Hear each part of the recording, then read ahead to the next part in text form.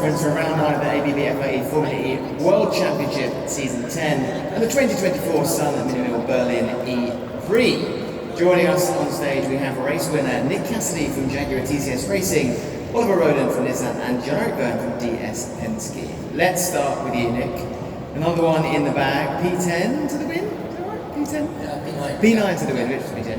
And I think you're in the championship lead now as well. Your intelligence in races like this, I'm actually going to call you the Prince of the Peloton.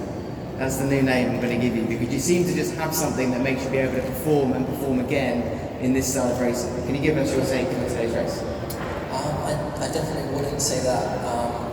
These two guys next to me are very good at these races as well. Today I got very lucky, very lucky, but we need that sometimes in Formula E especially.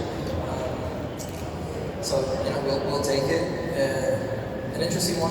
Started P9. Didn't actually have a great start. Wasn't that fast, but I think we played it smart and stayed out of trouble. Here we are.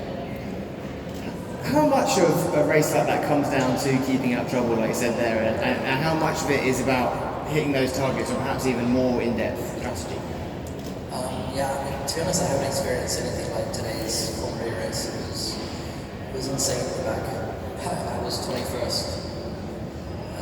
It was carnage. It was insane. But there's an element of strategy and there's an element of luck, I think.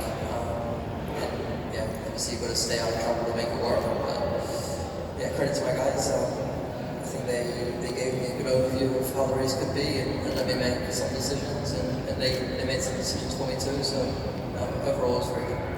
What would you say the percentage split was, strategy versus luck?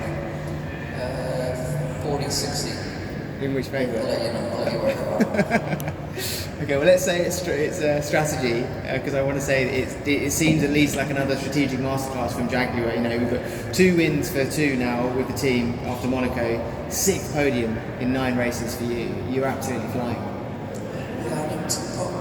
I'm sitting here now, it's an amazing day, a fantastic moment, but unrealistic. We haven't really been fast enough this weekend, I would say. It was a top Jaguar, but I'm 10th in qualifying, so it's not really good enough by our own standards. We've got a lot of work to do tonight, we need to be quicker. So let's see how tomorrow goes, and things can change very, very quickly. Jeff, moving on to you, very well managed race today, P3 to P2, and you now have the record number of podiums at this circuit as well. It's 7, I believe, and your 2nd podium this season. It was a very good race. I'm generally entirely happy except when I win. And today I have to say I'm not as happy as if I won, but I felt like it was more victory because of course Nick won the race, but it was in a different strategy. When you are leading the race and when you're fighting, you cannot really say, okay, I'm going to save a lot of energy for the rest of the race. So well done to him and his team to have done that. I think they maximized the potential that they had, and they paid out. And it can as well go the other way.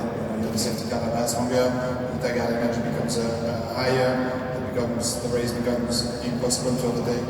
I have absolutely no regrets. That's why I feel like out of all the guys around me, we did a perfect race. So it's second, it's still not the win, we have a race tomorrow again. We had a good car, competitive today, good in qualifying, and I'm sure we can also be competitive tomorrow on 45 for the win. We'll see. Just to follow up on something you said there about the package before we go back to the racing that we just had. It's good back-to-back performances. It's good showcasing of performance both in qualifying but then also in the race, which is something that not every team can say. They have both going for them. You must feel that you're in a very competitive package now, and this is really about just getting more and more points, pushing for that title at least. You want to have good qualifying and a strong race. Obviously, the race brings the points. Yeah. So it's true what Nick said that they were not quick enough in quality, but as long as you can deliver in the race and bring the points, it really what matters. But we've done a good step forward from last year. Very good work done by the engineers over the winter, we're still missing a bit to the Jags and sometimes to the Porsche, but it's the differences are marginal, and you need a bit of luck, you know, to also put everything together, and a lot of consistency. So we may have lacked a bit of that so far this season. That's why we're in the championship. But the good thing is that there are many races left, and as you say, you know, with a good package and being consistent, and being smart at every races, then we can do something good. Starting with tomorrow, of course. I want to kind of get your perspective on that race in particular, because from a viewer's perspective, it was very dramatic. I'm keen to know what it's like behind the wheel, racing it, you know, how hard it is to stay at the front of the pack. It's horrible.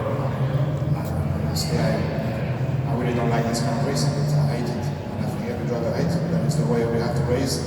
And you know, we're here to compete, we're here to win. So if we have to drive in reverse, we're going to learn how to drive in reverse. And it doesn't mean that I like this kind of racing. It's really horrible. I mean, from the driver point of view, I mean, it's, you know, you're watching on the left, on the side, behind, above, below. It's a mess. Imagine very, very stressful. So let's talk about how that panned out then, because it looked like there was a bit of team strategy potentially going on with you and Stoffel doing quite well for a decent amount of the race. Obviously Stoffel got caught up in the Degrassi spin. Was that the plan for the two of you to kind of rinse and repeat what you did in Monaco? Secure? No, I don't think there was any plan, because what you do in Monaco cannot be done in other places, because technically in Monaco, if you really want to lose like 3-4 seconds in the lap without being overtaken, you can. Yeah. In here, you cannot really do that. So we knew that that kind of strategy would not work. Obviously, we wanted the maximum amount of points for the race, and in some instances, if we could have helped one another, we would have done it, but we never got to that stage. Oliver, moving on to yourself, another massive climb today, this time from 15th to the podium. You've shown your skill now this season time and time again, and it's the mentality of never ruling anything out despite where you're starting the race, and you did that once again today. Yeah, I mean, to be honest, if you asked me before the race, my target was to score a couple of points, and that was about it. But you know, I quickly found myself in a decent position after a couple of laps, and then, you know, my idea was to get quite close to the front and see if I could kind of stay in the mix, let's say. But yeah, you're right. You know, it's been quite a good run in terms of the races and the strategy. I think, like what Jeff said, it's not super enjoyable, but it's something that seems to be a strength of mine, so I'm enjoying it a bit at the moment on that side. But yeah, no, I think we need to fix qualifying and make it a bit easier, because we had to consume a lot to get to the front. But yeah, if we can do that and have better pace and whatnot, then yeah, the reason why we can't keep fighting in the race. You seem to be extracting and utilising the performance of the Nissan powertrain more consistently than anyone else driving it or using it. Why? What might you put that down to? Style of racing, or? Yeah, I think the style of racing obviously helps. It's tricky. I have quite a lot of experience, let's say, in this championship now. It's 6 years. So yeah, I think honestly the other guys put me under quite a lot of pressure over one lap. But it seems like we said that this type of racing is a bit of a strength of mine, and I can position myself well and manage the tyres and the energy and everything to be in a good spot. So yeah, I think we need to work collectively to improve a bit and be more robust race to race. But yeah, I mean, I'm enjoying myself in this. One more question before we open it up to the room. How do you go about managing a race like that? What I mean by that is being aggressive enough to make up the positions, but not run the risk of taking yourself out of the race, like we saw with countless examples of today. It's tricky. We were discussing this just before we were coming up, because I think if you take a cautious approach where you want to stay out of trouble, you get eaten alive. So at some point you have to switch mentality and risk a lot. Sometimes be slightly overly aggressive, which is not always nice, but you have to kind of stamp your authority a bit on the race. But yeah, I think it's not super enjoyable to do like that, but that's what you got to do. Chance for a few questions.